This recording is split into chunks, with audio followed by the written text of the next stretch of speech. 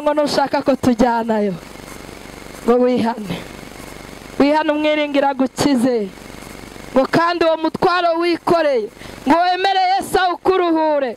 Mana itugirire neza, tuje kukubwira Yesu uruhura imitwaro, tuje kukubwira Yesu ukiza abarwayi, tuje kukubwira Yesu utanga amahoro abisi badatanga, amafaranga ataguha, amashuri meza ataguha, tuje kukubwira Yesu uruhura abarushye bose, tuje kukubwira Yesu wikorera imitwaro y'abarushye bose, naho waba ari umutwaro umaze ute Yesu warawikorera. Imana yacu ihabwe icyubahiro.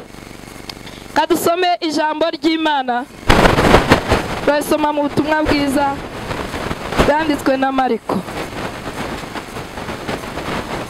Turasoma igice cya 7, dusome duhereye ku murongo wa 31.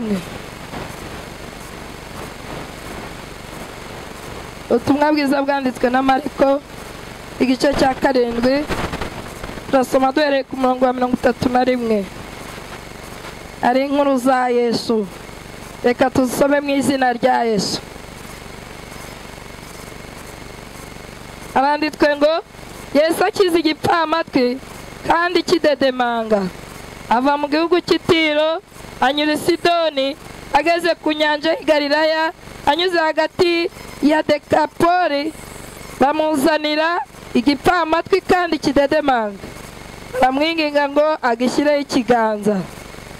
Agikura mu bantu, arakihererana, agishyiraho intoki mu matwi, acira amacandwe, agikora ku rurimi, arararama, areba mu ijuru, asuhuza umutima, arakibwira ati Efata, bisobanura ngo zibuka.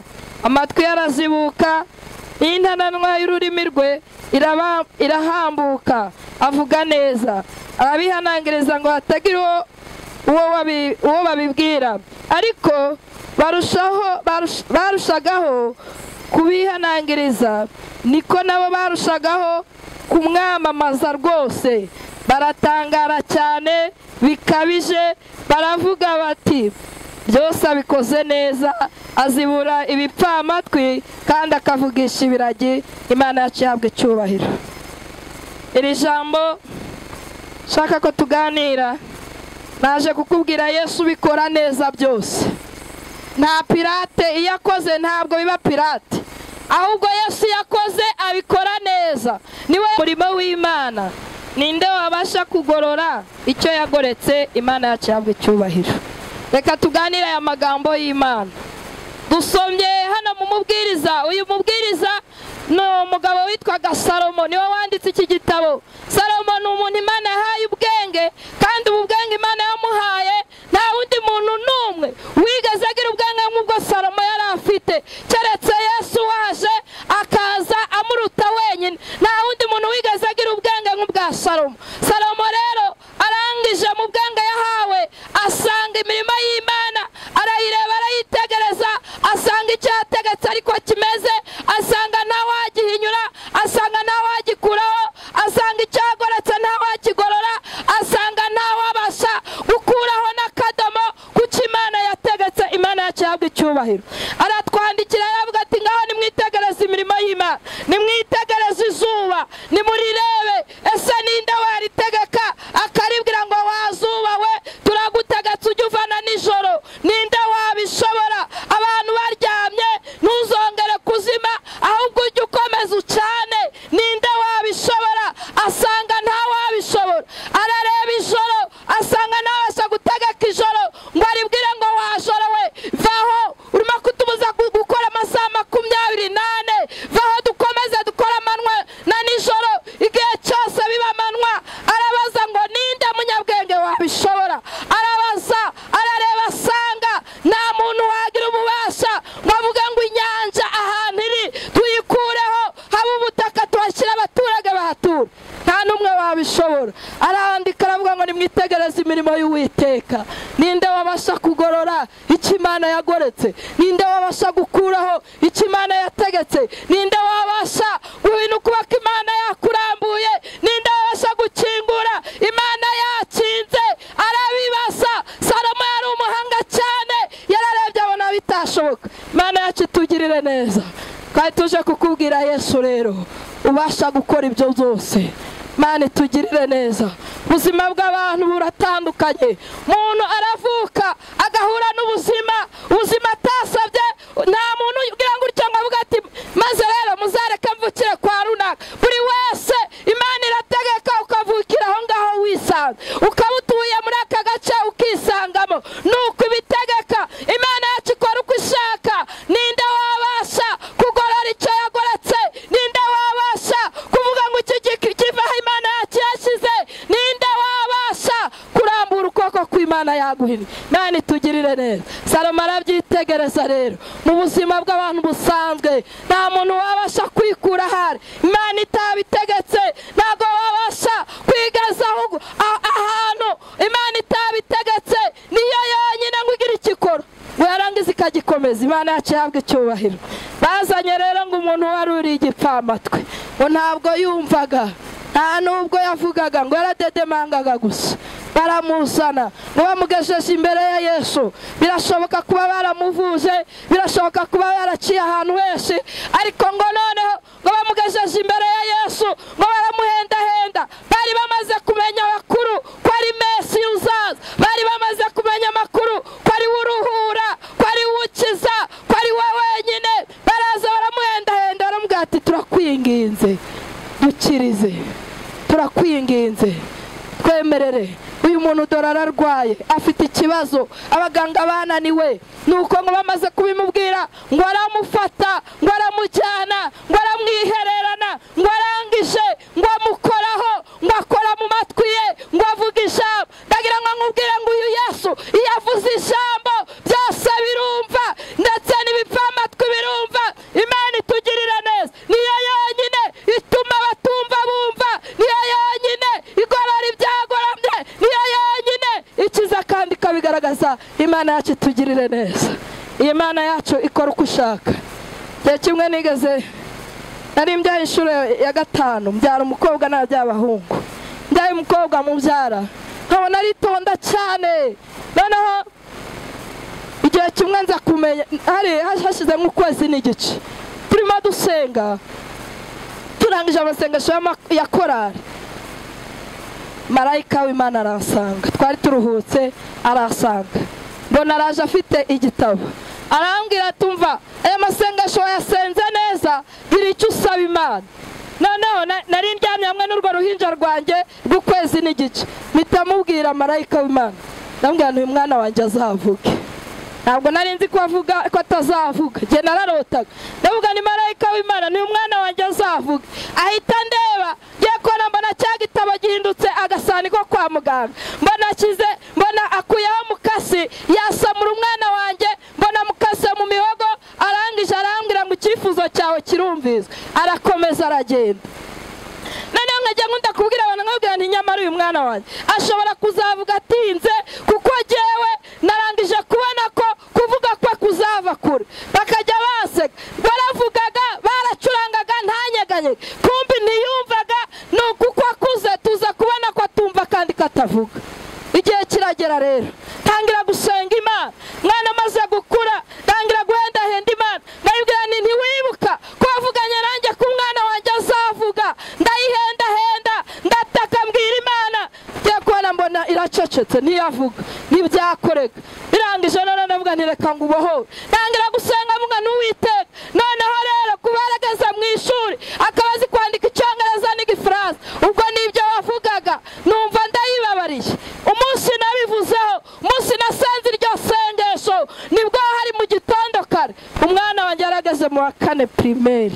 Umva aramaze kuba mukuru, nta jambo na rimwe yatoboraga, nta kintu na kimwe yumvaga. Uwo munsi mu gitondo kare yarazindutse adusanga turyamye na papa we, arakomanga. Dutegereza uvuga turaheba. Arasunika urugi adusanga mu buriri, ahita akomanga kuri papa. Aramubwira ngo papa bite, turumbirwa. Isa itahaguruka aravuga ngo ngwiki, nanjye ndabaza ngo ahita ambwira ati mama bite, turatangara cyane. Narinje kukubwira Imana igorora ibyagoramye, narinje kukubwira Imana ituma ibipfamatwi byumva, narinje kukubwira umwami Yesu wageze mu isi abantu atugirire neza. Twaratangaye cyane. Umwana wacu ntabwo yumvaga, twaramupimishije bikomeye, twamujyanye ahantu henshi cyane, baratubwira ati rwose nta kantu na gato kumva, ariko bakatubwira ngo nta burwayi afite.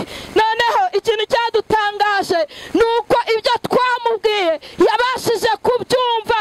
Imana yacu ivuze irasohoza. Ndagira ngo nkubwire ko twebwe twizeye umwami Yesu uvuga, ntabwo dutuma ngo tuvuga ngo mugende mutuvugire dufite ibibazo turihebye, ntabwo twagize ikibazo. Hari ibibazo bitandukanye muri iyi si, ntabwo twebwe turaguza ngo dutume bagenda batuvugire. Oya, twebwe turivugira, kandi iyo twivugiye Imana yacu iratwumva. Mvugira ngo amen. Haleluya. Imana yacu ni nziza. Yesu araruhura, Yesu aratabara. Yesu ni we wenyine ngo ukore ibintu neza ngo abantu bagatangara. Imana yacu ni ishimwe. Mudamu witwa Ana yari afite imibabaro myinshi cyane. Yahoraga atotezwa na mukeba we, akamushinyagurira, akamugera imbere, akamwereka ati ariko se nkawe uzagira umwana, ariko se nawe uzamera nkanjye, ujye utuma umwana kuvoma. Akamushinyagurira ngo ariko noneho mudamu aravuga ati ariko konzi neza ko Imana asenga yumva, konzi neza ko ari igorora ibyagororye, washaka Imana bayigira inama zo gushaka Imana. Senga, arasenga. Ana atangira arasenga, Imana arayisenga, bageza ku rwego atagishoboye kuvuga. Imana ireba umubabaro wa Ana, irangije iraza. Ana yari ingumba, Imana iraza ngo izibura inda ye abasha kubyara. Imana iramurengera, Imana igorora ibyari byaragoramye. Birashoboka ko ntako atagize, birashoboka ko yivuje, birashoboka ko ntatagiye, ariko ngo ahungira kuwiteka. Haleluya. Guhungira kuwiteka ngo bigira umumaro ngo kuruta kwiringira abakomeye. Wakwiringira abakomeye ntibagire icyo bakumarira. Wakwiringira amafaranga nayo akagukoza isoni. Bibiliya yarambwiye ngo ubutunzi ngo bugira gutya ngo bukitera amababa, ngo bwarangiza ngo bukaguruka ngo bukigendera. Ariko iyo twiringiye Uwiteka, niwe wenyine wo kuturengera, niwe wenyine wo kudutabara, niwe wenyine udusubiza, niwe wenyine utumara umubabaro. Imana yacu ishimwe. Yangira ubuhamya, nigeze gutunga, nigeze kugira intego, ariko nanjye kwitera amababa mbigenda. Ndagira ngo nkubwire Yesu ugabura. Umuntu yihebye, umuntu ashonje, adafite umuryango wamugeraho, adafite uwamuvugira, adafite uwamutabara. Ndagira ngo nkubwire Yesu ashobora byose. Kimwe n'abashonje, ndasonza ngera ku munota wa nyuma, ndebye abana mbona barapfuye, ndangije ndavuga ndi gute abana banjye bapfa narakoreye Imana. Ndangije nigira inama mutima wanjye. Hari igihe umuntu ageramo akibwira ngo hari Imana ntiyumva, ariko ndagira ngo nkubwire ngo Imana yumva gusenga. Igihe yakigeze iratabara. Imana yacu yabwa icyubahiro. Ndasenga Imana, mfata igihe ndagenda njya hamwe na bene data, ndabwira nifite ikibazo munsengere, natewe n'inzara mu rugo rwawe. Turasenga rero, Imana iriruka iravuga. Haleluya. Imana irambwira ngo umva, uribuka yari y'uburyo nabugaburiye, nanjye ntumye igikona mu rugo rwawe kigiye kukugaburira. Imana yacu ishimwe. Yabibwiye uwo munsi mu gitondo karekare ku kitabu, kumva umuntu araje akomanga ku rugi cyane kugira ngo arukuye. Mwana wanjye w'imfura arabyuka, ari yisonze yameze, araza ngo afungure, asanga n'umusazi wayabeye mu rugo. Akimubona umusazi, abona umuhungu wajya ahita avuza induru, aravuga cyane ati Korode we, naho wagiye nari narakubuze. Umwana arikanga, ntumubwire ati kuro tujya gukora ubukwe niturangiza nkubure. Umwana arikanga, ntiyamenye ibyo ari byo. Arangije umusaza aramwitegereza ati ayiwe ati kuro, ariko inzara yarakwishe. Ati mbega Korode we, ati ko wasubiye ubwana. Umusaza aricara ararira, bigeze aravuga ati reka ibi ntabyo, reka njya gushakira Korode ibyo kurya, inzara igiye kumwica nanjye ndi kurira. Umusaza arahaguruka, twari duturanye n'isoko.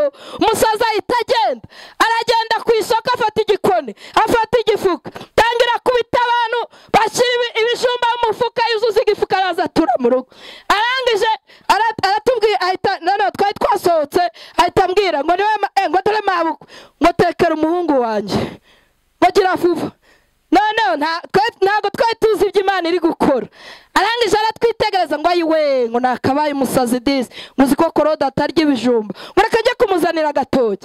Abarirukanze no mu isoko, yongera kubita abana n'abakubita, tubonazanye igifuka cyuzuye ibitoki ashyiraho.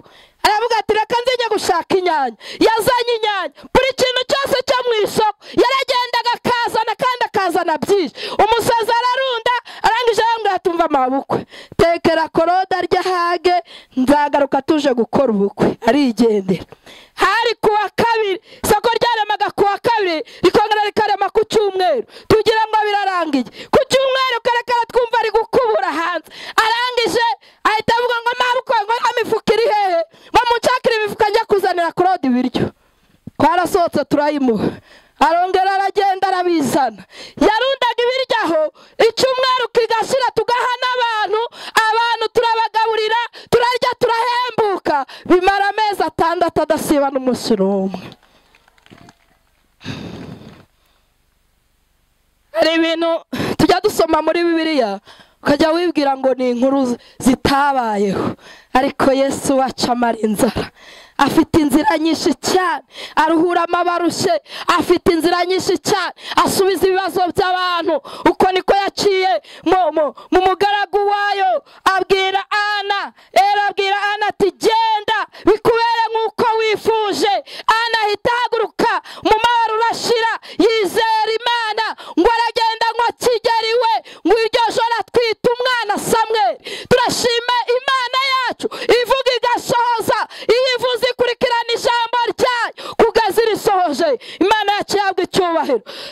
Wakwibwira ukavuga ati ariko gute igikona cyaje kikagaburira Eliya? Niko kuri, Imana yacu irashoboye, yategeka icyo ishaka, ntahitanyura iyi Mana yacu. Hanongera nivugira kandi Imana yankoreye. Haleluya. Iyi Mana yacu irashoboye. Nimo kwivugira Yesu ushoboye, nimo kwivugira Yesu ukora ibitangaza.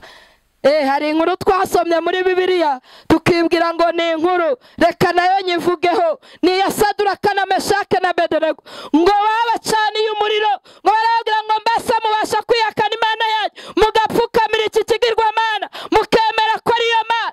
Abagabo baravuga ati reka twebwe nta yindi Mana twapfukamira, niyo byagenda ute, naho Imana yacu twizeye itadukiza ntabwo turi bupfukame. Umwami ngo arabakundaga cyane, ashyiraho agaporomosiyo, aravuga ati noneho bongere benyegeze mwe murebe ukuntu umuriro waka cyane, birashoboka kuba mwabonye waka buhoro mukibwira ko mwawurokoka. Nibenyegeze 7 noneho bawucane, maze mwe mubitekerezaho nk'abantu b'abagabo, nimwe kwica mubireba. Noneho nibavuza amabubura n'amakondera, muhita mupfukama namwe mubabarira ikigirwamana cyane.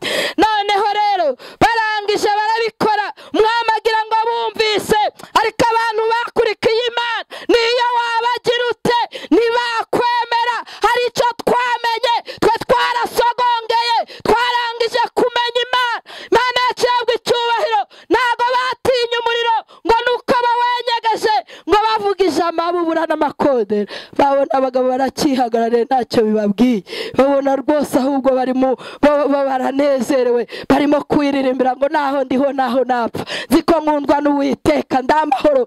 Mwami aratangara, agira uburakari bwinshi, avuga ati muhitamo bashugunya mu muriro. Barabafata bahita bashugunya mu muriro, ngo bagera mu muriro.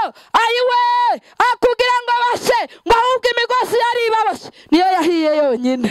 Ngo barangije ngo batembera mu muriro, batangira bararirimba, batangira baranezerwa. Mana yabo irabarinda, ariyo Mana yacu twaje kuvuga kuri uyu musozi, irabarinda. Maze ngo umwami ngo yitegereze mu muriro, ngo abona batayemo abagabo 3, ngo abona harimo uwa 4. Arangije avuga ati kandi uwa 4 ndabona asa n'umwana w'Imana. Mana yacu yabwa icyubahiro. Ndagira ngo nkubwire ngo nubwo isi yaducanira umuriro, nubwo abadayimoni baducanira umuriro, umwana w'Imana yasigaye mu muriro, aracyahagaze kugira ngo aturengere. Bakuyemo abagabo 3 bategereza kuwa 4 asohoka baramubura, aracyarimo aradutegereje. Mana yacu yabwa icyubahiro.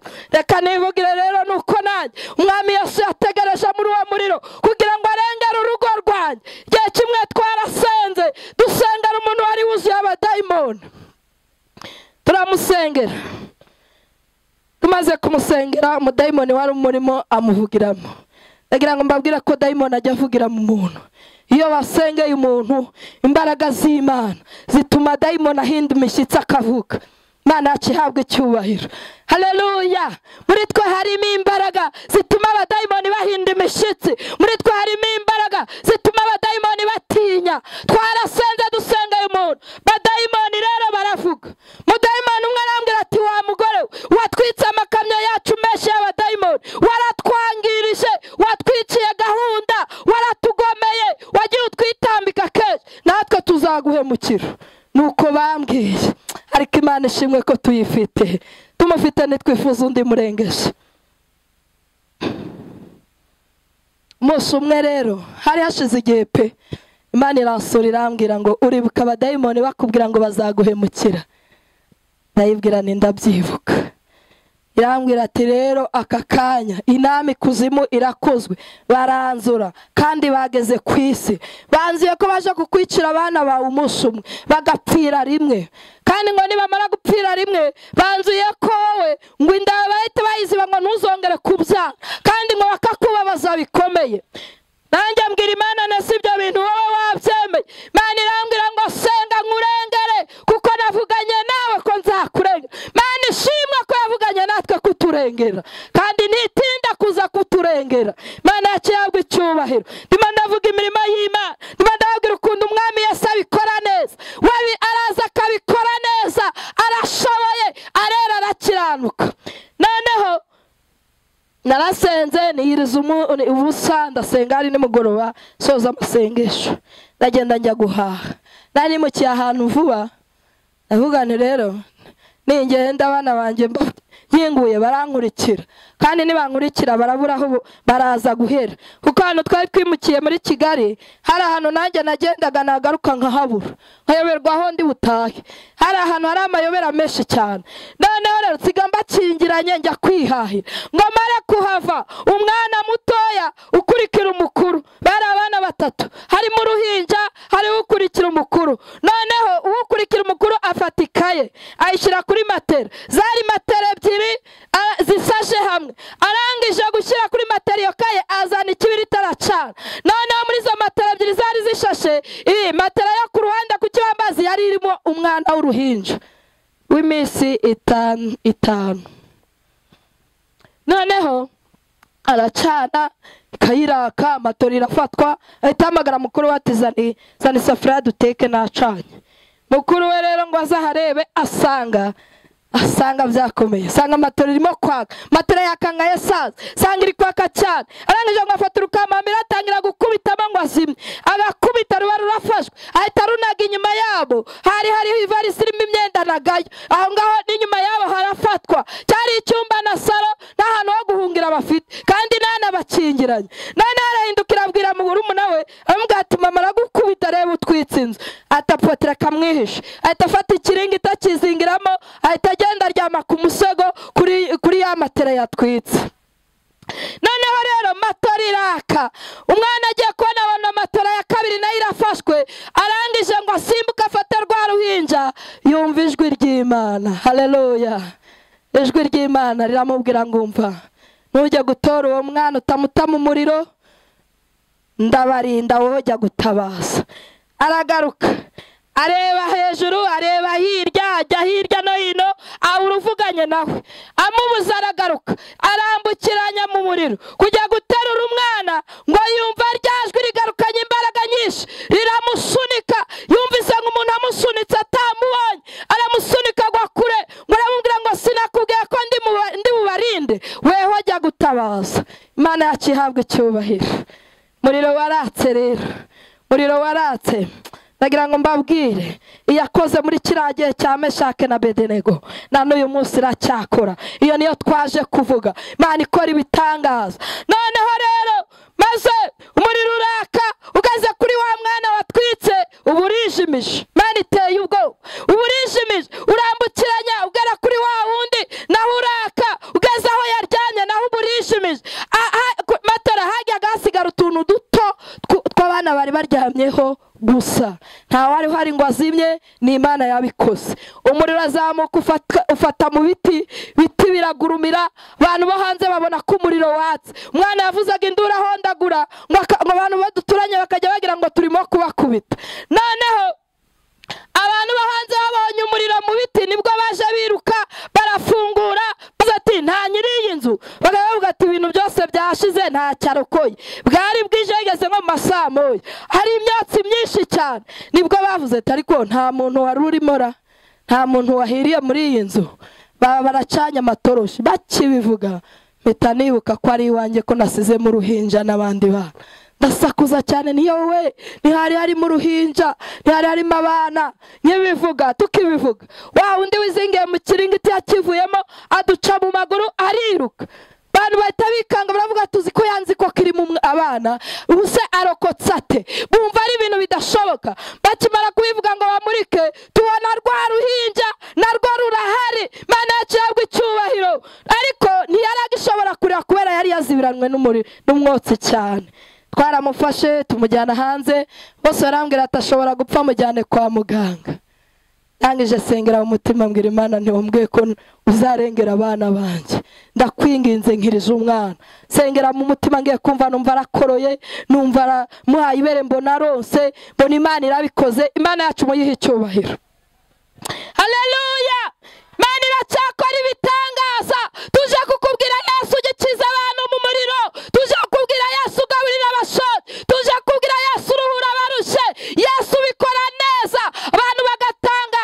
Abantu baje kufasha kuzimya baratangaye, baravuga ati se bibi birashoboka, none se byagenze.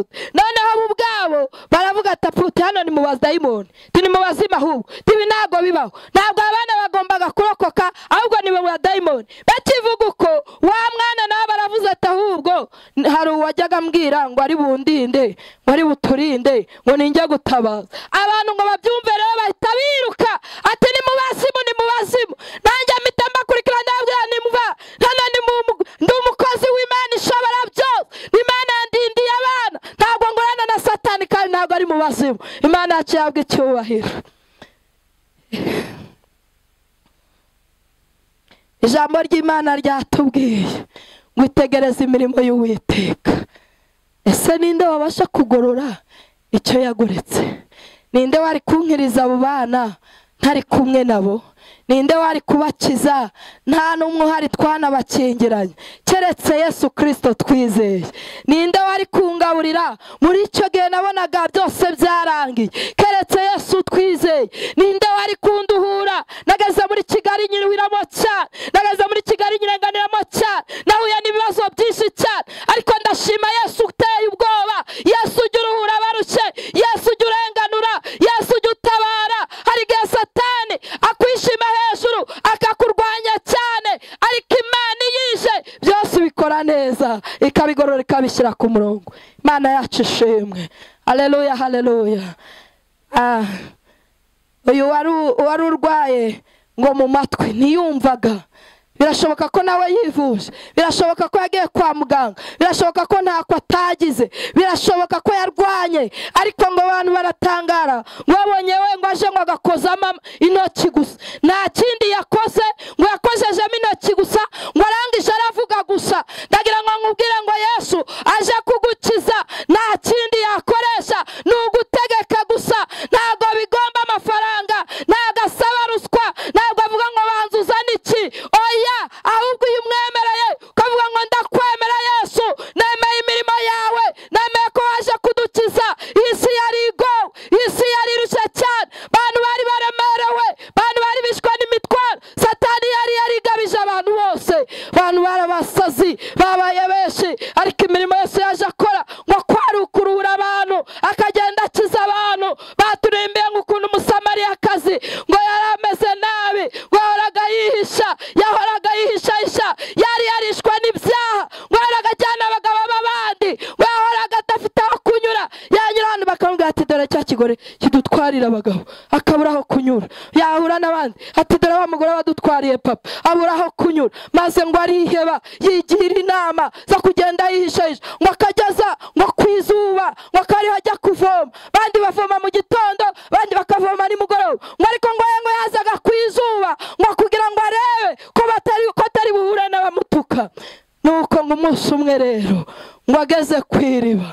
agiye kwivomera ahasanga Yesu yahamutanze. Yesu uwo munsi yaramushaka, barangije aramubwira ngo wampaye amazi, niwe wari ufite icyo kuvomesha. Aramwitegereza aramubwira ati ariko ko mutunena utusabye amazi. Aramubwira ngo yabaye wari umenye usabye amazi wakamuhaye, kuko we yaguha amazi ntuzongere kugira inyota ukundi. Aramazi atase wowe iri riba ufite iriba se riruta irya Yakobo, sokuruza wacu Yakobo niwe wafukuye iri riba, bivuga ngo nta muntu ufite iriba nk'iri ngiri.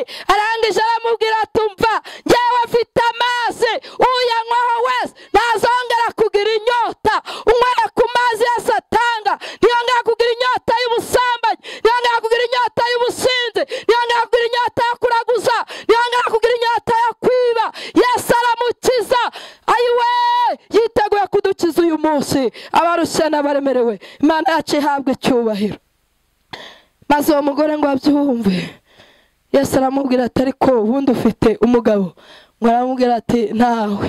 Atubivuze ukuri, n'uwo wararanye uyu munsi si uwawe. Umugore arikanga. Nagira ngo nkubwire ko Yesu amenye ibihishwe, ibyo ukora byose arabizi. Nubwo ubona yicecekeye, nubwo ubona ataguteza rubanda, nubwo atavuga ibyawe, byose arabizi, arabisobanukiwe. Ajya atanga amahirwe rero agahura nawe, ajya atanga amahirwe kugira ngo ukire, ugahura nawe utabizi. Nk'uko umusamariyakazi yahuye na Yesu atabizi, yaramenyereye kujya kuvoma bisanzwe, ariko ngo agereyo ngo noneho uwo munsi ahura na Yesu. Uyu munsi nawe ndakwifuriza guhura na Yesu. Yesu uruhura, Yesu uruhura abarushye, ndakwifuriza ngo akuruhure. Mana yacu ihabwe icyubahiro. Uyu Yesu yaje aguha kubyara wari ingumba, utiriwe ujya mu bapfumu ngo bagusaba ibyawe, ngo bakubwira ati zana ihene y'ibara rimwe, ngo bakubwira ati noneho genda ushaka inkoko ifite ibara rimwe. Abapfumu bararushya, ariko Yesu ngo yaje ngo wabikora neza, abantu bagatangara. Aragukiza ukareka itabi, ukarizinukwa, wajya wumva nurinywa ukumva uramusetse. Yesu yaje abikora neza. Bajya batanga ngo imiti yo kuva ku itabi, yo kuva ku nzoga. Ariho twaganira arambwira ati wapi, ahubwo wagira ngo banshizemo abadayimoni bo kubinywa. Ariko Yesu yaje abikora neza. Yesu ngo araza akagufata, akagukura muri izo puberi, akagukura mu kwambara nabi, akagukura mu kutiyitaho. Gihe kimwe nigeze sengana n'umuntu w'umugabo, Imana irambwira ngo mbwirire uwo mugabo ngo ni igisambo. Ndavuga se ubu ndabivugara, numva iryo jwi rinushije imbaraga. Ndavuga nise ubu ndambwira ni igisambo kibiki. Imana irambwira ngo anywa igikoma cy'abana, wakarya n'ibiryo by'abana. Noneho mbimubwiye araseka cyane, arambwira ati njyewe ndya ibiryo by'abana n'igikoma cy'abana? Aturabeshe cyane. Noneho koko ndavuga se ko abihakanye. Imana irambwira ngo mubwire ngo muha amafaranga ngo hahira abana igikoma, muha amafaranga ngo agaburire abana, ngo yarangiza akajya kuyanywera wenyine, abana bakicwa n'inzara, abana bakabura igikoma, abana be barwaye bwaki, kandi ntiyigeze abura icyo kubagaburira, ahubwo we arayanywera. Bivuze ahita arira cyane, aravuga ati ayiwe, nibyo koko abana banjye bishwe na bwaki koko, ariko kandi wa mugani nta n'icyo navuze. Ariko se kubera iki koko ndatanga amafaranga y'igikoma? Ariko se Mana we, reka nkubwire, abadayimoni bajya gutwaza uburetwa bakagushuka, ukicira umuryango ukawica nabi, kandi ufite uburyo ibyawe akabahaye ukajya ubigaburira rubanda, ukabijyana mu zindi ngo, ukajya wirirwa usesera mu mago, kandi umuryango wawe wagateye imbere. Ariko Satani n'umwanzi arakujyana gushuka kugira ngo akumarire utwawe, umuryango wawe wice nabi. Arashuka abantu akabereka ko baryohewe n'isi, ariko ntabereke ibyo bari kwangiza. Aragushuka ntumenya kwigurira ipantaro, aragushuka ntumenya kwigurira kenda keza, aragushuka ntumenya kugura agasabune. Ariko nukuri ugeze kuri Yesu urakaraba ugaca, tangira gutekereza iterambere, tangira kwibwira neza. Arakuzana ngo ikintu akora cyambe ngo aragukarabya, yamara kugukarabya ngo agahita kwambi agusiga, ngo yangiza akakwambika, kabona urakeye, kanyura mu bandi nta pfunwe ririmo, utakijyana abagabo b'abandi, utakibona inkoko y'abandi ngo uyiterure, utakinywa ngo n'igikoma cy'abana bari kukinywa. Ubu nawe wakana ukavuga ati njye sindya ibiryo by'abana, ariko warabimaze, warabyangije. Ariko hari Yesu ubikora neza, yabigushoboza nawe ukaba umupapa mwiza, ukaba umusore mwiza, uzi kwambara neza, ukaba umusore mwiza, mwabonye uriya musore abandi bakobwa bakakwirukangaho kuko wakeye. Satani yari afite uburetwa bubi, ariko Satani uzi ko ahuma amaso abantu akabica ntibabimenye. Afite uburetwa bubi. Kwa Farawo hari uburetwa bukomeye, baragushuka abadayimoni bakakunaniza cyane, bakakubwira tumva reka izaguha amahoro, jya gushaka inzaratsi. Umunsi umwe umugabo umwe yigeze guhungira iwanjye afite ikibazo n'umugore we. Ageze mu rugo rwanjye aharaye iryo joro, ngiye kubona mbona abadayimoni 3 buririye mu dirishya yararyamyemo bamuguyeho. Noneho mpita mbabaza ntimuvuye, bahita bavuga ngo twebwe turi abadayimoni bakomoka mu bapfumu. Nuko umwe w'imbere ahita avuga wagewe ngo nkomoka mu nzaratsi, ngo umugore w'uyu mugabo yagiye gushaka inzaratsi ngo amaze kuzisaba ngo asaba ko azakundwa n'umugabo, ngo bahita banegeka kuza ngo nkamwinjiramo ngo ahubwo agakunda abagore bose. Noneho undi dayimoni nawe aravuga ngo nanjye naho naturutse baranyohereza ngo ngomba kubana nawe igihe cyose, kandi dore icyo ashinzwe ni ukumwinjiza mu bibi byose akazanabipfiramo. Undi wa 3 nawe aravuga ngo nanjye umva icyo ashinzwe ni ukumurinda kugira ngo atazakorwa mu maso akajya mu nsengero akaducika agakizwa. Banegetse kumurinda kandi akajya ajya ku bandi bagore ariko akibuka gutaha iwe. Nuko abadayimoni bambwiye mu gihe nyiri kubyibazaho yo kumva numva wa mugabo avugije induru, ahita azayirukanga tugwaho twari turyamye. Yari murumuna w'umugabo wanjye, azayiruka ati murantabare ati bigabo 3 binguye hejuru. Nuko rangije turamusengera abadayimoni baragenda. Ariko bamaze kugenda wa wundi w'inyuma wavuze ngo dushinzwe kujya tumugeza ku mugore we, ye kumva numva barenze, aravuga ngo ejo nzaza ngujyane. Ndabimuganiriza turaganira cyane, aravuga ati Puti ntago nasubirayo, yaragiye kufungisha. Mugabo yagize ubwoba bwinshi cyane, ariko ngo bucya mu gitondo twabuze aho yanyuze, yemeye ava i Kigali n'amaguru agera i Gisenyi n'amaguru. Mudayimoni ni mubi aragukoroniza, bagore bajya gushaka inzaratsi muragowe mugira ngo abagore banyu babakunde, kandi dayimoni afite imitwe myinshi, ahubwo nibwo agiye kubateza, nibwo abagabo banyu bagiye gukunda noneho bakunde bajye bakunda. Kubera iki? Wahamagaye Satani wawe araza rero ngo dayimoni yaje ngo azana n'abagenzi be bamurusha imbaraga kugira ngo bamufashe. Muragowe, ariko Yesu yaje we ngo abikora neza. Imana yacihabwa icyubahiro. Iyaje nta dayimoni azana, ahubwo azana amahoro abisi badatanga, amahoro wowe utabona. Yesu arayafite, yayandi wagiye gushaka ukayabura, yayandi wara wikanga ngo abarozi ati reka njya kwitsirika, reka njya gutsirikisha imirima yawe, reka ngubwize ukuri.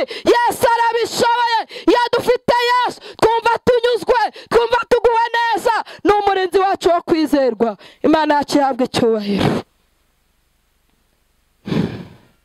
Niwe wenyine washobora kugorora uwo mutima wawe, niwe wenyine washobora kugukiza ugakira. Nta wundi wagorora ibyagoramye.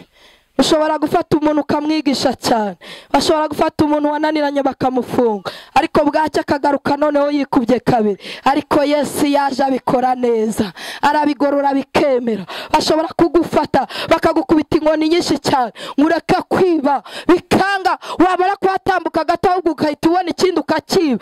Ariko Yesu yaje abikora neza ukabireka. N'aba bose hari byose yagiye abakiza kandi abikora neza. Ubu nta n'umwotsi ubanukaho, barashima Imana, bafite umunezero. Uyu munezero mwatubona ntago twasinze, nta kantu twasomye, ahubwo twebwe hari haleluya, hari umwami wacu uduha umunezero, tukumva umunezero wacu uruzuye.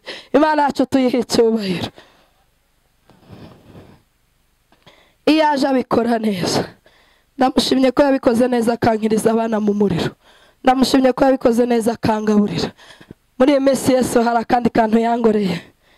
Yewe nari mfite amazuba yankuramo bitewe n'imanza nyine zari ziyatsinze. Nuko mbaho nta nzu ngira ndakodesha n'isandakodesha.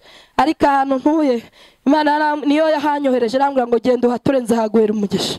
Ejo bundi rero tariki 10 z'ukwa 4 Imana yankoreye igitangaza. Natumiye abantu ndabwira nti ndashaka gushima Imana. nangije imyaka 24 mbanye n'umugabo. Twahuye n'ibintu byinshi cyane, twaragejejwe bitandukanye, ariko dushimye Imana ko yabanye natwe. Nigeze dutererana, twakozwe n'isoni, twayemaza kodeshwa, ntibigeze badusohora mu nzu. Mbese dushima Imana, turayivuga, dushima Imana. Turangije gushima Imana, abantu baravuga ati rero ko mushimye Imana mukaba mwakoze anniversaire, natwe reka tubaha amakado. Batanga amakado. Ndashima Imana ko habonetsemo wo kuntuza. Haleluya. Mana yarabikoze. Havamo umwe aravuga ati umva rero ntago nshaka kuzongera wimuka, nanjye ndagutuje mu izina rya Yesu. Yesu yaje abikora neza. Haleluya. Iyaje abikora neza. Dufite Imana ivuga, yari yarabivuganye nanjye, imbwira n'ahantu ngomba gutura, yari ibizi ko izabikora. Ndagira ngo ngubwire ko Yesu wacu avuga, kandi ibyo avuze ngo arabirinda, ntihagire ubikoraho, ntihagire umukorera ku ijambo yavuze, kugeza aje akarisohoza, kugeza aje akagira uwo yavuzeho. Mwami Imana yacu ntajya abeshya kandi ntajya yibagirwa, ibyo yavuze no kubikora arabikora. Ndashima Yesu ibyo yagiye ankorera. Rero ushyize hano umuntu mbere nawe yakubwira ibyo Yesu yakoze. Dufite ibyo kumuvugaho byinshi. Muririmbyi yararinde aravuga ngo naho isi n'ijuru, ijuru ryaba impapuro, ngo noneho ngo ibyatsi bakabigira ngo uducumu tw'abanditsi, inyanja bakayigira wino, ngo abisi bose bakandika iby'urukundo rw'Imana. Undi babimara ntibyakwirwaho, ngo ubwo hakama inyanja ariyo Imana yacu yabwe icyubahiro. Reka dusenge Imana rero.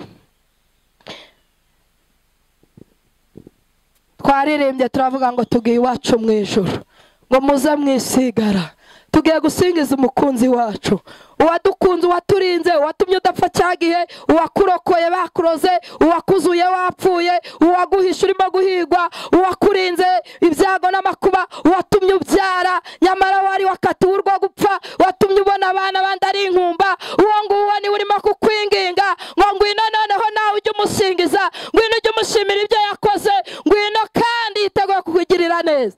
Hari ibintu Imana irimo kuvuga muri iyi minsi, reka mbibabwire. Imana irimo kuvuga ngo igiye kongera ibimenyetso by'imperuka, bigiye kurushaho kuba byinshi. Ibimenyetso by'imperuka ni ibihe?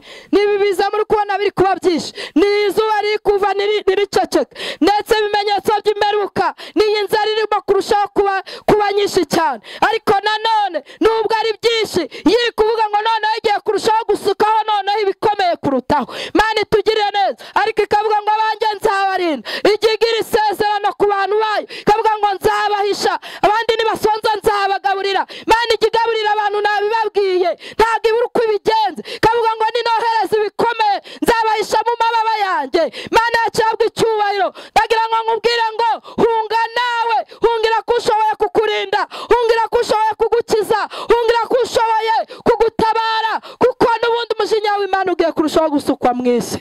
Imana itugirire neza.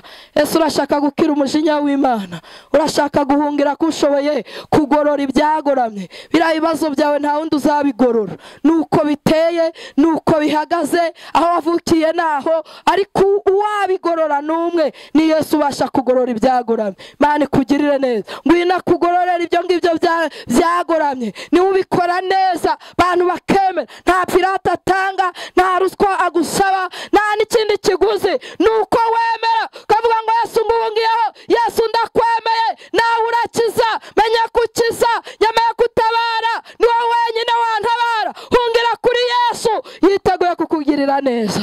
Tugiye gusenga rero.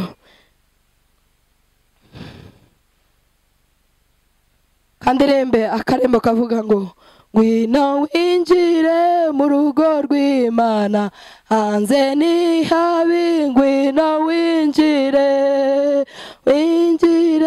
mu rugo rw'Imana, hanze ni habi. Ngwino winjire mu rugo rw'Imana, hanze ni habi, ngwino winjire mu rugo rw'Imana, hanze ni habi, no winjire mu rugo rw'Imana, hanze ni habi, ngwino winjire mu rugo rw'Imana, hanze ni habi, ngwino winjire. Ngwino guha amahoro, rambura ikiganza cyawe uhamirize Satani kumuvuyeho, wemerere Yesu kumwemeye.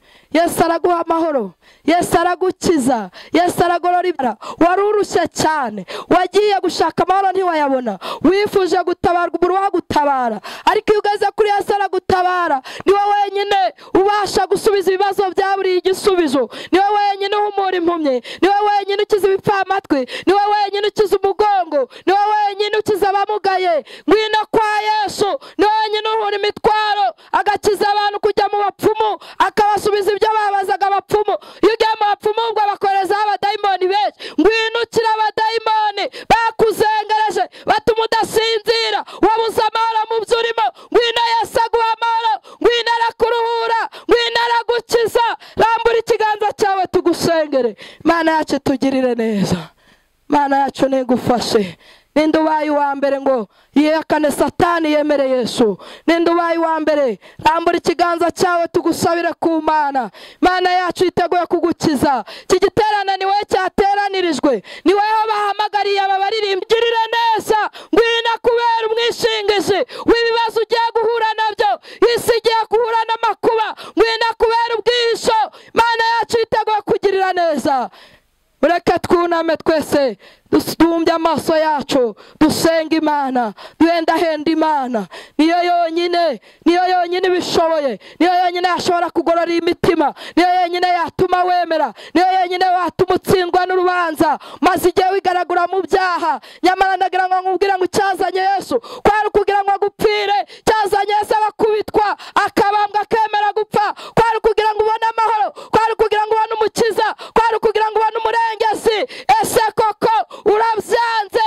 Ahari umunsi wawe waba ari uyu, ahari inkuru waba ari ubwanyu muyumvise, bwacyo ukagenda uko abandi bose bagiye.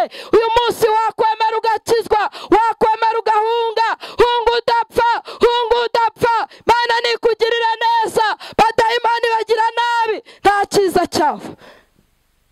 Kubika imitwe yacu dusenga Imana, kubika imitwe yacu twinginga Imana. Mana itugirire neza, Mana nidufashe cyane. Itekerezeho. Ntabwo ushaka gukira, nta kindi kimenyetso kirereka abantu kukize, nta kindi kimenyetso kirereka abantu kuvuye mu byaha. Nukuri burambura ikiganza cyawe tukagusengera Imana. Kandi niba ntawe ubonetse nabwo turasenga, kuko ijambo ry'Imana ririhagije, rifite imbaraga, rifite uko ribigenza, ryagukurikirana, waryama ukaryumva, ryakwanga guceceka mu matwi yawe. Ntabwo ryo ryatuza, wowe watuza ariko ryo ntirituje, rirakomeza rigukurikirana. N'imbuto itabora ni umuhigi, uhiga agatabarukana umuhigo, arakomeza ahige. Turabyizeye, turizeye ko ijambo ry'Imana rirakora ibintu bikomeye mu mitima y'abantu. Nubwo utashyira hejuru nkuze, ejo uzaza cyangwa ejo bundi, turabizi neza. Imana yaragukunze kandi yagambiriye kuzakizwa. Reka kwitinza, reka kwikerereza. Ngwino winjire mu rugo rw'Imana. Ninde ubaye uwa mbere ngo aze hano tumusengere? Ninde ubaye uwa mbere? Mana tugirire neza. Nawe ubaye uwa mbere ngo atsinde Satani, shyira ikiganza cyawe hejuru tugusengere. Mana nigufashe cyane, Mana niguha umugisha, Mana nitugirire neza. Shyira ikiganza cyawe hanuze tugusengere. Mana iguha umugisha, ni karibu. Mana iguha umugisha, Mana ikugirire neza. Urahunze wigiriye inama, aho ungiye hari umukiza, aho ungiye hari ubutabazi. Nawe ngwino wireba ku muntu uraguseka. Oya ugiye gukira, ugiye gutabarwa. Wumbye amaso yanyu dusenge, mwinginga Imana. Mana ibagirire neza. Nawe ngwino ucika Satani, arashaka kuzakwica nabi, arashaka kuzakwicira mu businzi, arashaka kuzakugirira nabi, arashaka kuzapfuga ubuza amahoro, tagira kirengera, tagira uwagufasha. Dore nuzuye umuryango wose n'uwawe. Hano hari umuryango, ngwino mu muryango w'abana b'Imana. Nawe ngwino kusigaye se ejo uzi bizakurikiraho. Ahari uyu munsi ni wowe watumwe, wisigara. Ngwino atabuka, Mwami Yesu yiteguye kukugirira neza. Ngwino akuruhure, ngwino ukiza abadayimoni bakuye mu bapfumu, ngwino ukiza abadayimoni bakoherezaho buri munsi, ngwino uruhura uwo mutima wari ubabaye cyane, wari ufite intimba, wabuze igisubizo, nuze uraruhuka. Mwami Yesu abishimire, mwemeye guhunga, Imana ibaha umugisha. Aho muhungiye hari ubuhungiro, aho muhungiye hari umukiza yiteguye kubagirira neza. Imana ibaha umugisha cyane. Mwegere hariya mupfukame, bakozi b'Imana babasengere. Ariko nawe urasigaye we, ese kusigaye utegereje iki? Tegereje ko bagutsinda iri joro bakakwica? Imana iguha umugisha cyane, Imana ikugirire neza. None se utegereje kugira ngo ugwe muri ibyo byaha, Imana nigufashe. Nawe ugira inama rata, be kuguseka ngo ubyemere. Ngwino wicirire, ngwino wibonere ubugingo, ngwino wigire mu bandi bakobwa, ngwino wigire mu bandi basore, ngwino wisangire abandi bagabo bafite amahoro. Ngwino kwa Yesu yiteguye kukuruhura. Ora tekedrai sebrere vorego eningia sitraimo olabe.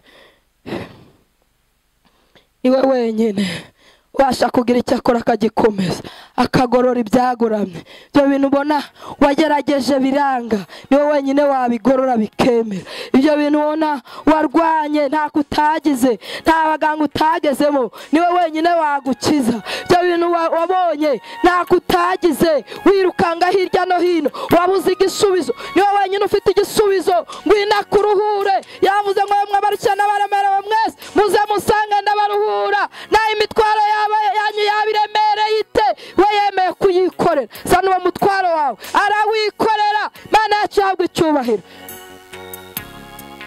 Reka duhe umuyobozi wacu asengera ababonetse, aba ni ab'igiciro cyinshi. Mu ijuru impundu ziravuze, Imana yacu nishimwe. Ngaho abaririmbyi nimuhaguruke twese dufatanye, umuyobozi wacu asenge, Imana yacu ishimwe. Twese dusenge, bahaguruke n'abakristo mwese dusengera abangaba bihanye, kandi aba Yesu niwe yapfiriye, aba nibo yaje gushaka. Reka tubasengera Imana. Mwami Imana yacu, Imana y'icyubahiro, Imana igira neza, Imana y'imbabazi, turagushimye. Izina ryawe nirihabwe icyubahiro. Ijambo ryawe riravuga ngo Mwami Imana Nyagasani waje gutarura ndetse no gushaka icyazimiye, kandi nanone rikavuga ngo kuko wakunze abari mu isi cyane byatumye itanga umwana we w'ikinege kugira ngo umwizera wese atarimbuka ahubwo ahabwe ubugingo buhoraho. Muri urwo rukundo rero Mwami Imana Nyagasani waretse akamero k'ubumana, uraza mu isi urashinyagurirwa, uterwa imisumari, uterwa mwambika ikizingo cy'amahwa, uterwa icumu mu rubavu. Mwami Imana Nyagasani, n'aba ngaba bashakishaga, none aka kanya bumvishe ko ujya uhindura amateka, ujya utanga ubuzima, ujya ufata abantu ukabandika ikuzimu, ukabandika mu gitabo cyo mu ijuru. Izina ryawe nirihabwe icyubahiro. Dore bumvishe ijambo ryawe baciye bugufi, natwe itorero turabasengeye, turabinginge mu izina rya Yesu. Uhereye none ubashyire mu gituza cyawe ibyabatwazaga igitugu, ibyo byose tubyambuye ububasha mu izina rya Yesu. Reka abana bawe amazina yabo tuyambuye Satani mu izina rya Yesu. Aba basore turabandikishije mu ijuru, aba bakobwa n'ababyeyi n'abagabo turabandikishije. Uhereye none ubagenda imbere, uhereye none ubagote, ubwenge bwo mu ijuru bubayobore. Mwami Imana Nyagasani, ubwiza bw'Imana bubayobore. Turabasengeye kuko uri Imana nziza, ubahe kwakira agakiza, kandi ubagendeza kuri Imana y'icyubahiro. Ubakize, ubarengere, tubirukanye imbaraga z'abadayimoni, tubirukanye ubutware bwa Satani, tubirukanye imbaraga z'ikuzimu. Reka uhereye none Mwami bajye bumva umwuka wera, bajye baryama neza, barota ibyiza byo mu ijuru. Izi mbaraga zose turazirimbuye mu izina rya Yesu Kristo. Iyi migozi turayicagaguye mu izina rya Yesu. Reka babe abana bawe, reka babe babandi bazaragwana n'abera, reka babe abakristo rero none ubundi batangira bavuga imirimo ndetse n'ibitangaza ukora. Umwuka wera biyereka ko uri Imana nziza. Urakoze, izina ryawe nirihabwe icyubahiro. Turagushimye ko kuri Imana byose ni mu izina rya Yesu. Amen.